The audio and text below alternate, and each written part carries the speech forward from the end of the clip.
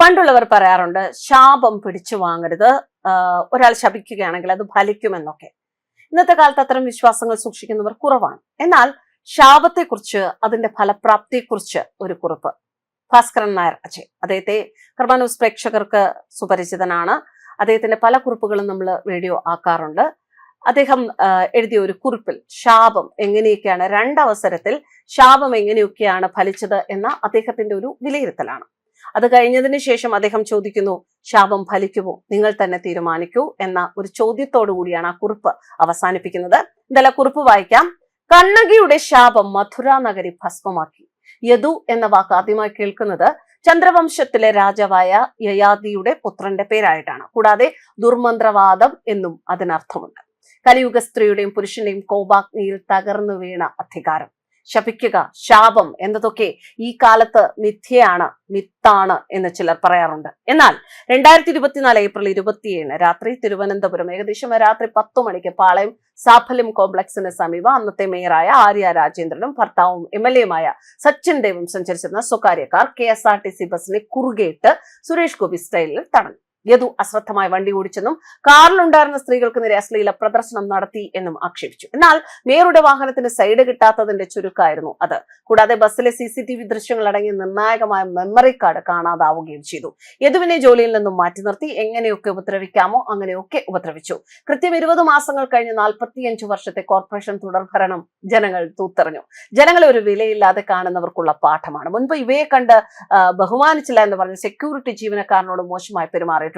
Corporation തെരഞ്ഞെടുപ്പിൽ യദുവിന്റെ ജന്മനാടായ നേമത്ത് വൻ ഭൂരിപക്ഷത്തോടെയാണ് ആര്യ രാജേന്ദ്രനെ എതിർക്കുന്നവരുടെ പാർട്ടി വിജയിച്ചത്.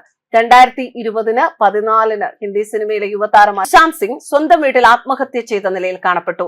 സംഭവത്തിൽ അറസ്റ്റുകളൊന്നും കാര്യമായ രീതിയിൽ നടന്നതിനെ തുടർന്ന് സഹതാരമായ കങ്കണ റാവത്ത് മഹാരാഷ്ട്രയിലെ ഭരണം ഹിന്ദുക്കൾക്ക് പാകിസ്ഥാൻ സമാനമായി അനുഭവപ്പെടുന്നു എന്ന് കമന്റ് ചെയ്തു.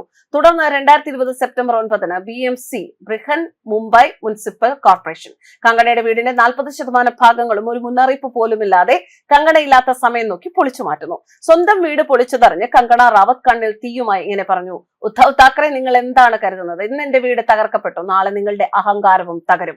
ഇത് കാലചക്രമാണ്, ഓർക്കുക, അത് എപ്പോഴും ഒരുപോലെ നിൽക്കില്ല.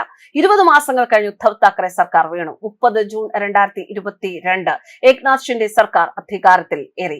വീണ്ടും 2024 ഡിസംബർ 5 ദേവേന്ദ്ര ഫട്നാവിസ് മുഖ്യമന്ത്രിയായി. 2026 ജനുവരി 16 ശിവസേന ഉദ്ധവ് വിഭാഗത്തിന്റെ സമ്പൂർണ്ണ അധപതനം. മറാത്ത വികാരം കത്തിച്ച് ശിവസേനയിലൂടെ താക്കറെ കുടുംബം 30 വർഷമായി ആധിപത്യം പുലർത്തിയ മുംബൈ കോർപ്പറേഷൻ തോൽവിയിലൂടെ തകർന്നടിഞ്ഞത് ഉദ്ധവ് താക്കറെയ്ക്കും എല്ലാവർക്കും പാർട്ടിക്കും 2022 പിളർപ്പിനേക്കാളും നിയമസഭാ തോൽവിയേക്കാളും വലിയ ആഘാതമാണ് സമ്മാനിച്ചത്.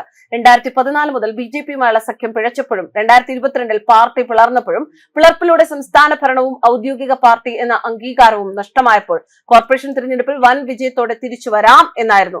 എന്നാൽ എല്ലാം തകർന്ന് തരിപ്പണമായി. പുരാണങ്ങളിൽ സ്ത്രീകളുടെ ശാപം ഫലിച്ച പല പല സംഭവങ്ങളും ഉണ്ടായിട്ടുണ്ട്. എന്നാൽ ഈ കലിയുഗത്തിൽ പുരുഷ ശാപം, സ്ത്രീ ശാപം, ഇവയൊക്കെ ഇനി നിങ്ങൾ പറയും. ഇങ്ങനെയാണ് ആ പോസ്റ്റ് അവസാനിക്കുന്നത്. ഇന്ന് സ്ത്രീ ശാപം മാത്രമല്ല, പുരുഷ ശാപവും ഫലിക്കും. അത് തന്നെയാണ് യദുവിന്റെ വിഷയത്തിലും സംഭവിച്ചത്. ന്യൂസ് ഡെസ്ക് കർമ്മ ന്യൂസ്.